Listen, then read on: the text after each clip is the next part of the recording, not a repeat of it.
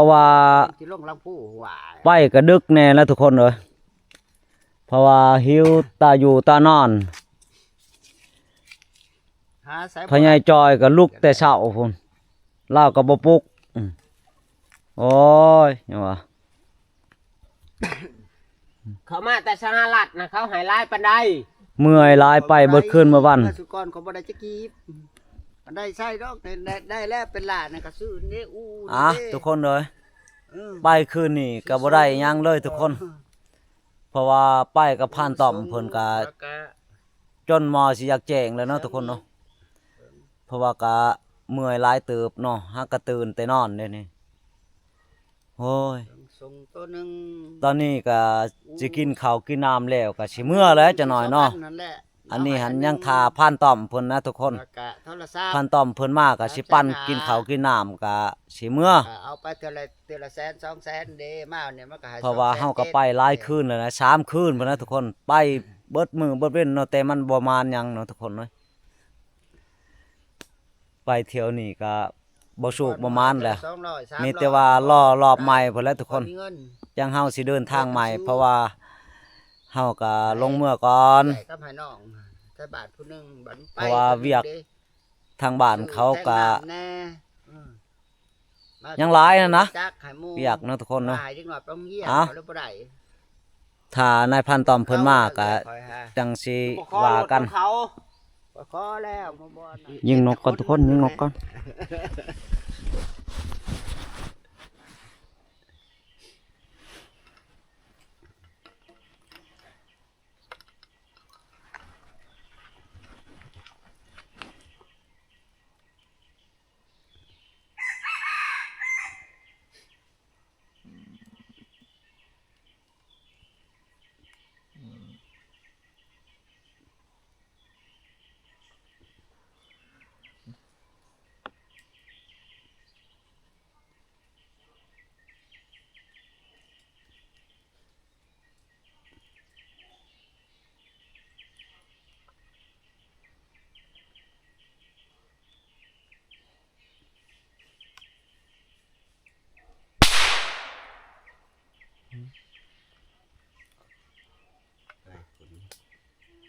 เดินไป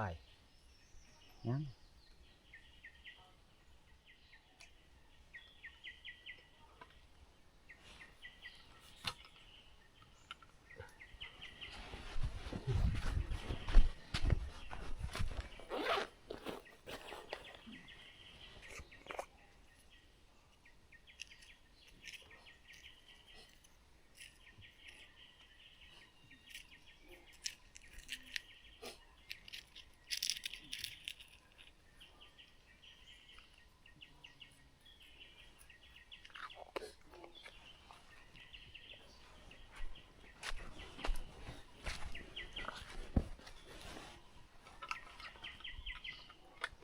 nó có chút đó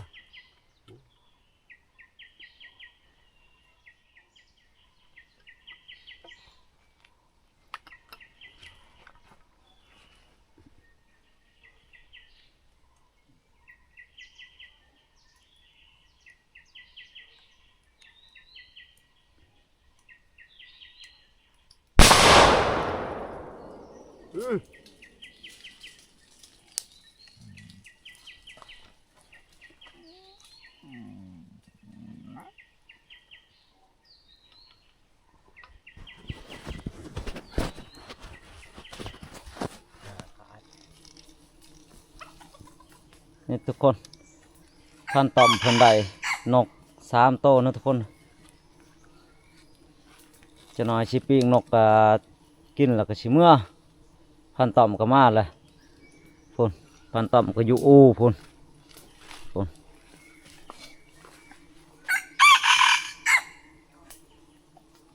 ตอนนี้เราก็สิไปเผานกกันทุกคนเนาะ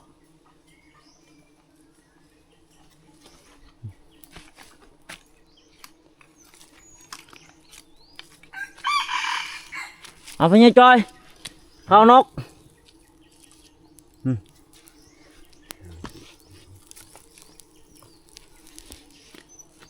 มาท่านผู้ชมกินข้าวนำกันมา กินปิ้งนกผ่านตอมได้นี่นะทุกคนอืมอืมกินแต่จอยกินกินแล้วก็ย่างเมื่อ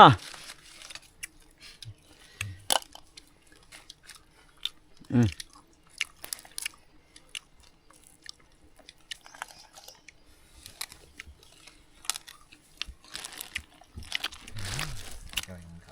นะโอ้ รับเขา ตำกันแล้ว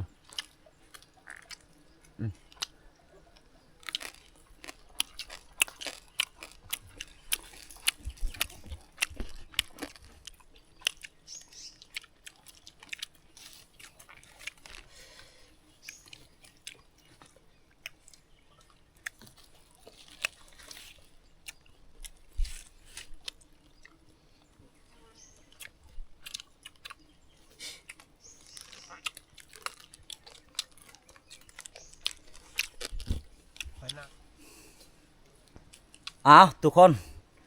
ตอนนี้หลังจากกินข้าวกินน้ำแล้วเนาะทุกคน พวกเฮาก็สิได้ย่างเมื่อแล้วทุกคนเอ้ยบ่โศกบ่มานหยังเด้อบางเช้านี่ก็กินปิ้งนกพันต่อมเพิ่นเนาะทุกคนมื้อนี้เมื่อเฮาเฮือนนี่สงสัยเมียบ่แนมเบิ่งกระสอบนะทุกคนเอ้ยเพราะว่าบ่โศกบ่มานกระสอบตัวนี้หั่นสงสัยตกกลางอยู่ทุกคนเอ้ย เนาะนายผ่านเนาะฮอดเข้าบ่ซักให้ซ้ำนะทุกคน ว่าฝักบัวเนี่ย โอ้ยบ่ว่าสิอยู่ใช้เนาะคันหากินบ่ได้หาคือว่าแหละไปหากินเนี่ยเพื่อสิได้พอแห้งนะทุกคนเอ้ยไปจนตาตีตาล้านพุ่นแหละเอาบ่พอจนขี้คร้านอยากลุกไปหลัดพุ่นแหละเนาะทุกคนเอาเฮาก็สิได้ย่างแล้วทุกคนเอ้ยเอาย่างกลับบ้านเฮาย่างตามทางเลยแล้วทุกคนเอ้ยเออ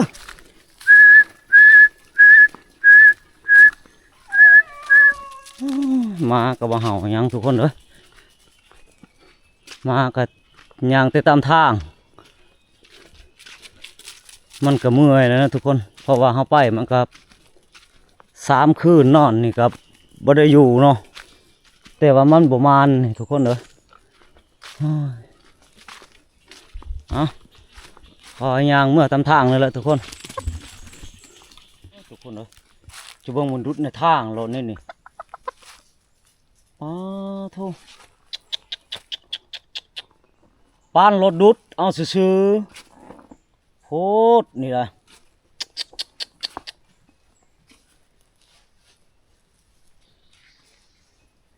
คืนนี่รถมันบ่กินแถวนี้นี่จะเบิ่งพี่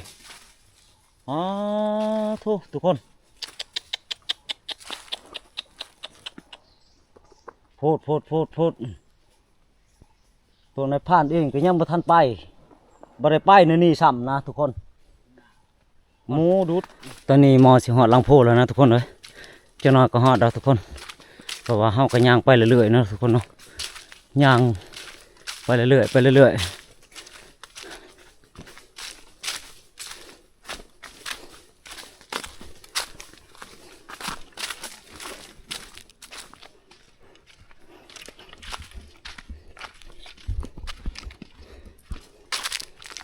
ทุกคนตอนนี้ก็ฮอดลังโพแล้วนะทุกคนเอ้ยเพราะว่าผ่านต่อมกับผ่านจิตแต่ยังนำหลังเนาะทุกคนเพราะว่าเฮามาก่อนกับ